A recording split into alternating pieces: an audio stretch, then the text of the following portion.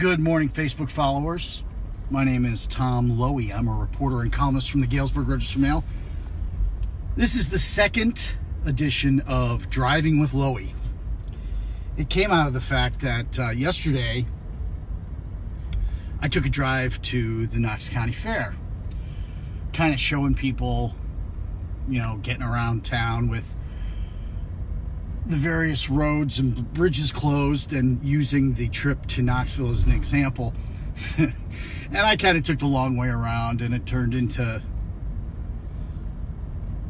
a comical kind of event. So I was talking to my editor, Jay Redfern, and I said, I should just drive somewhere every morning and talk on the way, talk about what I'm working on, what my story for today or my column for today is all about, and what inspired it. And I have to give credit to the kid I know, because it was his original suggestion to do more videos and to do videos about how to get to places. So this is how to get inside my mind. And that's what we're going to do most mornings, somewhere between 7 a.m. and noon. I'm up early this morning because I had insomnia. I don't know, as I've gotten older, I find it harder to sleep. I can't sleep like, I used to be able to sleep like 10 hours, straight. I can't do that. If I sleep 5 straight, I'm kind of lucky. So I went to bed at about 10:30 last night. I woke up at 3. I couldn't get back to sleep. So what did I do? I watched, I dialed up Amazon Prime, and I watched Jaws 2, and in keeping with the marine animal gone run amok, fishes run amok, I watched Joe Dante's Piranha, which was written by John Sayles, and is kind of a fun movie.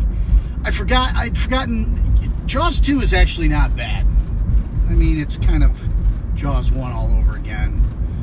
And the big shark bites a live wire, and that's how he dies. But it keeps you involved. It's not Jaws, but what could be. So the big news this morning, by the way, we're headed to get iced coffee at McDonald's. I should interrupt myself. And that's a morning ritual for me. Sometime between usually 6 a.m. and 8 a.m. I go and get my cup of coffee at McDonald's, and I get iced coffee because that's the way I drink it. I kind of don't understand the whole concept of getting something so hot you can't really drink it. So I want to drink it. I don't want to savor it and smell it and whatever. So hence the first part of our title here, iced coffee. We're on our way to McDonald's to do that. At any rate, the big news this morning, of course, is the story of the Thai soccer players, football players, I guess, to go with the proper terminology. Those kids are out of the cave, so is their coach. And that's, of course, really good news. And I think at a time when our news feed is so filled with, violence and discord and just general either physical or intellectual or emotional mayhem, seeing those kids get out of the cave was a pretty big deal. And my Facebook feed this morning was filled with people posting stories about that. The second thing that really caught my attention this morning was actually caught my attention last night, and that is the lip sync challenge. Police departments, it's kind of started with 1 or 2, I think, but at any rate, police departments are doing lip sync videos. And I think this might have started with teachers. Teachers usually start the fun stuff. I think this might have started with teachers, but somebody got the bright idea to do it with the police. And so I got a text message or a Facebook message this morning asking me, hey, would you ask the Galesburg Police Department to do this? So, Galesburg Police Department, will you do a lip sync challenge video? I bet Steve Davis would shoot it if he could find the time. So at any rate, here we are. We're in the crowded McDonald's drive-thru. Don't care, as long as they do the proper order of things. So the second part of our title is Mr. Rogers. I have a column coming this afternoon. Hopefully my my editors are nice and post it on Facebook so you folks can easily access it. If not, go to Galesburg.com. But I've written a column about Sunday night. I went up to Davenport and watched the Won't You Be My Neighbor documentary. Hang on just a second. I'm going to place my order here. Absolutely, you can help me. I would like the large iced coffee with no sugar and no cream, please. Yes, sir. All right, thank you. You are welcome. All right, and so it's 90 minutes long and went up to the rave up in Davenport, which I haven't been in years. But at any rate, it was a great show. I was not, as a kid, I was not a huge fan of Mr. Rogers. Like, I didn't go out of my way to watch him or anything. I didn't have anything against the man or his show, but I did come in contact with it quite a bit because, other kids watched it. It was a popular show. I grew up in the 70s, and so I don't know when his height of popularity was, but definitely a lot of kids watched him. And we all watched PBS one way or another because you got that channel no matter what. That was one of the channels that you could count on. WGBH out of Boston actually had the had the big PBS channel back in the day, and I think that's actually where Rogers first got syndicated. He was certainly popular. I think he was shown when I was a kid. I think his show was shown once in the morning, and then once maybe like in the afternoon when kids were out of school. Typically, I'm not sure about that, but at any rate, I'm sitting there thinking about Mr. Rogers in this theater, and I'm thinking about some of the things that we're going through in Galesburg. And again, forgive me here, we're gonna buy this coffee now, maybe. Hey there. Hello. How? Oh, you're losing your voice? I don't know what's going on with it. They did a scope yesterday. Oh, too, really? And they said they can't see anything, but it's swelled up. Oh, I'm no. thinking it's my voice. Wow. Well, I hope you get to feeling better. Are you in pain? A little bit? All right, then. I don't even know if I'm supposed to be here or not today.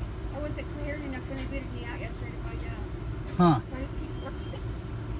Huh. Probably ain't supposed to be here. Hey. Am I not going through? Huh? Am I not going through? Yeah, now? Okay. That's So okay. it's always a bad thing if your debit card gets rejected. It looks like I'm okay. She's running my nose as soon as she's- All right. Have a We'll get to wonderful feeling day. better. All right. Yes, sir. You take care. The people at McDonald's here are awesome, as they've always been. There's been a couple generations of different people now, but they're always polite and nice. Morning. Good morning. How you been? I'm good. You? I'm all right, thank Have a you. great day. Yeah, we'll see you. Okay, so I drink big old iced coffees, and I want to know, Facebook viewers, where do you get your coffee? Do you drink it iced ever? A lot of people think I'm weird about that. I don't know. I guess it's not a thing, but do you get it at Innkeepers? I know some folks that drink Innkeepers iced coffee. And then I know some folks that get that little spot out on North Henderson Street. I've had their iced coffee. That's really good. So, but I go with the cheap stuff, high volume, cheap stuff. So anyway, back to Mr. Rogers. You talked a lot about kindness and love and stuff that I think a lot of us kind of shrug our shoulders at or dismiss now as being kind of soft. And but through this documentary, what I learned was what he was really doing was he was offering up a kind of community for kids. And I find that idea fascinating in the face of what we are looking at in Galesburg in terms of young people with guns, and not just young people with guns, but in many cases, I think if you speak with Robert Connolly, a lot of the gun cases, a lot of these, you know, shots fired, and discharge and possession, you know, these are guys 25 and under, and so young people. And I think that the core response to any challenge like that comes from community, a tighter community, a more open community, a more receptive community, a community that actually reaches out in a lot of different ways. Now, that's easier said than done, especially in the modern world, but I think Mr. Rogers' neighborhood kind of showed us a way, and that's at its base is listening and showing kids that even what they do as kids really matters. So much of childhood, according to Rogers, and I agree with this, is framed in this kind of prism of what you will be and what you need to accomplish. And certainly we want kids to be things and accomplish things, but we should also value them for the moments that they're living in and the age that they are. They're not 8 so that they can get to 21 and get a job. They're 8 so that they can learn and experience. And most importantly, what Rogers pointed out is that it's when we're children that we develop trust and we develop bonds and we start to understand what family and then the larger family, the concept of community actually means. And I find that fascinating, and I find that prophetic, and I find that very kind of educational. So if you're just joining me today, this is the second edition of, what is it called? Driving with Loewy. And I'm driving around town, I'm doing my thing, going into work today. Sometimes I'm going to take you on rides to assignments. Sometimes I'm going to take you on rides after assignments. It's generally going to be in the morning because I spend my afternoons trying to write, or, you know, write and interview people. So it's going to generally be in the morning. And hopefully I won't get in any accidents, run anybody over, give the Galesburg Police Department any reason to punch my card or anything. But and so today what we're talking about in the final analysis is the column that I wrote for today, and I kind of slammed two ideas together, and that being gun violence and the idea of won't you be my neighbor. And do we ask kids that? I mean, I don't know. I'm not a kid. I don't watch kid TV, and so I don't spend time in schools and stuff like that. So won't you be my neighbor? Is that a question that we still ask children and actually follow up on? Is it something that we care about?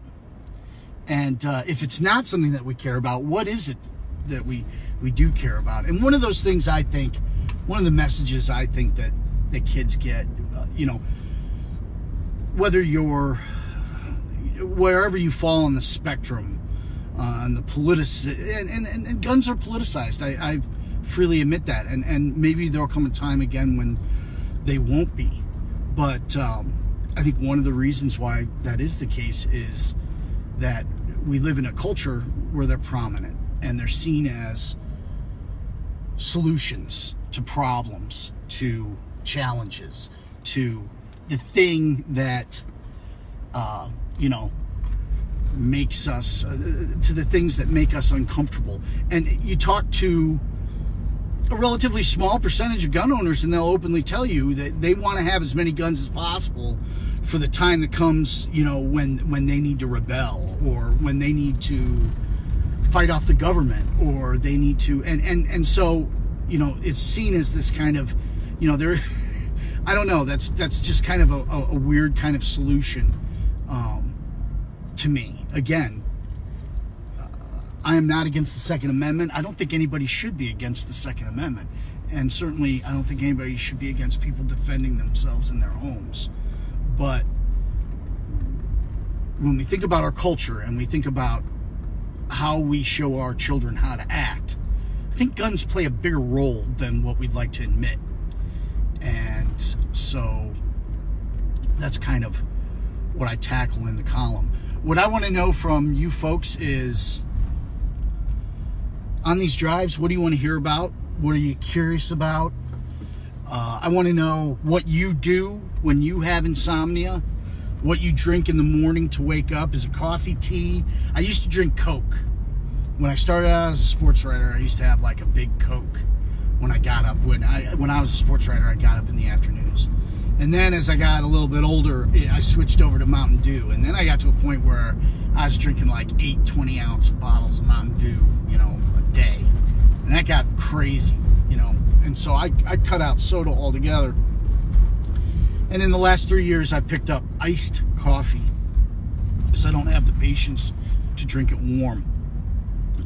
What do you drink in the morning to wake up? Where's your favorite place to get it? Feel free to tell me about it. And I recommend everybody, in the world of streaming and the world of on-demand and the world of, cable, you can rent stuff, while it's still in theaters. Get your friends together some night. Get your church group together. Get your youth group together. Whatever you got, whatever your small community is, and see Won't You Be My Neighbor. It's not the greatest movie ever made, but I was riveted. I stayed in my chair, and I got to tell you, that rave theater was like bacon in an oven. It was really warm in there, and I wasn't very comfortable. But I didn't get up. I didn't go because I didn't know anything about Mr. Rogers. I didn't know that he was a conservative Christian Republican. I didn't know that he saved PBS by testifying in front of Congress in the early 70s. I didn't know that, he spoke out against, what he saw as children being turned into consumers with no regard for, anything else. He was really he was nothing like me, and we probably wouldn't agree on a lot of things. But what he was thoughtful and caring and incredibly kind, and he found a way to take those traits and reach out with them, and that's an incredible story, and it really it kept me riveted, and I think it'd keep you riveted too. So if you've made it all the way through this Driving with Loewy 2nd edition, I appreciate your time. Thanks for listening. I want this to be interactive, so by all means, leave your comments. If you hated it, let me know. Take up the Russ Kilby mantle and let me know if you dislike it and why. I'm going to keep doing it, but, let me know. And let me know what you think some interesting topics are for when you drive around town. Tomorrow I'm going to talk a little bit about what I normally do when I drive around town, and that's listen to podcasts, and that's kind of a hobby horse of mine. And so I'm going to tell viewers and listeners a little bit about the podcasts that I'm listening to when I'm driving longer distances in the car.